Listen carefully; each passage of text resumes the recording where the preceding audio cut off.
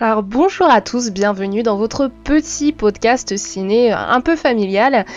Et l'idée c'est qu'aujourd'hui on va parler d'un film qui était évidemment très attendu, c'est un peu le blockbuster de cette fin de mois de septembre.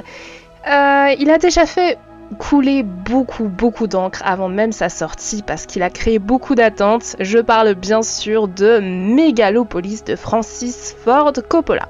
Alors oui, vous avez bien entendu, on parle de ce réalisateur légendaire qui revient en force avec un projet en plus gigantesque.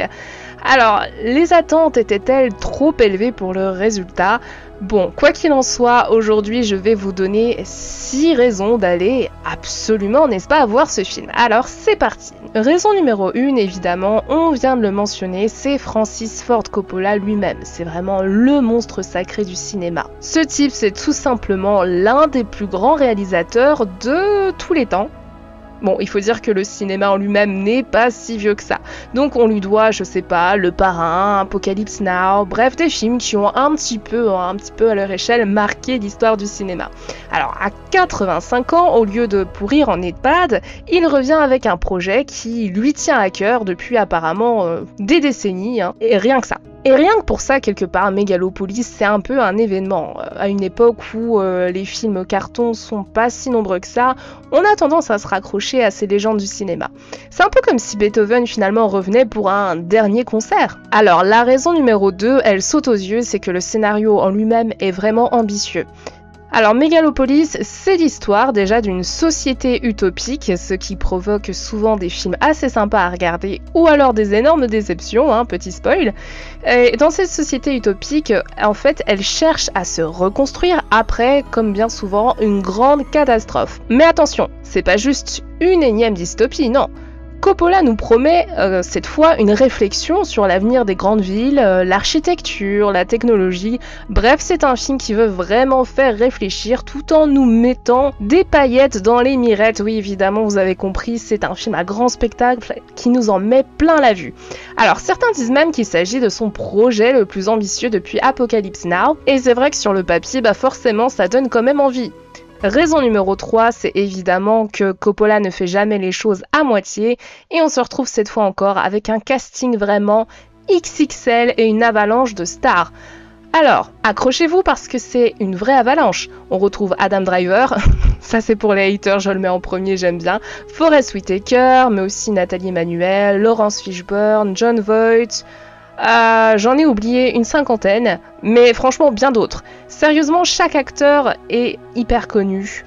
Soit c'est déjà une ancienne légende un peu sur leur tour, ou alors c'est une star montante. Quoi qu'il en soit, c'est un casting de folie. Et c'est fait exprès pour faire vibrer les salles de cinéma et ameuter le plus de spectateurs possible. Donc il a mis l'argent au pot. Raison numéro 4, vraiment tout est mis sur la table. Cette fois on parle de la mise en scène qui est quand même grandiose. Si vous connaissez Coppola, vous saviez évidemment que ce gars-là sait manier la caméra comme personne. Sa façon de créer des ambiances, de jouer avec la lumière, le son, c'est vraiment unique. Il a sa patte, plus que sa patte d'ailleurs à cet âge-là. Et le film mélange prise de vue réelle, effets spéciaux de pointe, évidemment tout en conservant ce style hyper particulier, un peu même old school de Francis Ford Coppola. Et visuellement forcément le film est impressionnant, il reste super élégant, bref c'est une vraie réussite visuelle en tout cas. 5e raison, elle va avec, c'est les effets spéciaux qui sont vraiment à couper le souffle. Le film est hyper agréable à regarder au cinéma rien que pour ça. C'est un vrai blockbuster, tout simplement, un film à grand spectacle. Donc on nous promettait des scènes incroyables, des décors de villes futuristes complètement fous. Et c'est vrai qu'on a droit à des effets spéciaux dernier cri. Coppola aurait même investi une grosse partie de sa propre fortune pour réaliser sa vision tellement ce projet lui tenait à cœur. Il voulait un film techniquement au top. Et franchement, rien que pour la claque visuelle, c'est vrai que ça peut valoir le coup d'aller le voir sur grand écran ce film. Allez, 6e raison pour la route, c'est un blockbuster, Megalopolis, mais pas que. C'est aussi un film à voir en salle pour l'expérience totale. C'est l'un de ces films qui a été conçu pour être un grand spectacle. Et tant mieux, parce que vu le prix des places de ciné actuellement, on veut en avoir pour notre argent. C'est vrai que voir, bon, on veut pas lui souhaiter de malheur, mais probablement un des derniers films de Coppola sur un écran de téléphone ou un écran d'ordinateur, bon, c'est presque un sacrilège. On a envie d'en prendre plein les yeux et de vraiment vivre l'expérience. Donc rien que pour ça, franchement, vous pouvez foncer pour ce show. Je voudrais aussi faire un petit condensé des critiques positives qu'on a pu avoir à droite à gauche, parce que oui, il y en a quand même eu, malgré le fait qu'elles ne soient pas unanimes, c'est le moins qu'on puisse dire.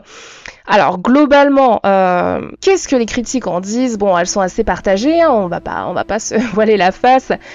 Bon, je pense qu'on peut tous être d'accord pour saluer l'audace du projet, qui est quand même assez dingue. C'est un film qui est quand même ambitieux, quoi qu'on veuille en dire, et ça revient aux sources finalement du cinéma d'auteur, en mélangeant aussi les codes du blockbuster. Donc c'est pas juste un gros blockbuster vide.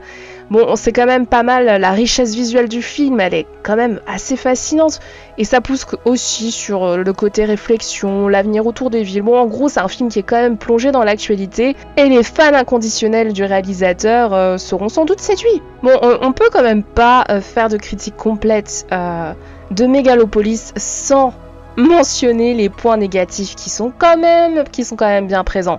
Alors bon, certains trouvent, pour être gentils, que le film est trop ambitieux, on va dire ça comme ça. En fait, ça veut dire un peu confus, hein, que clairement on s'y perd et que ça va dans tous les sens.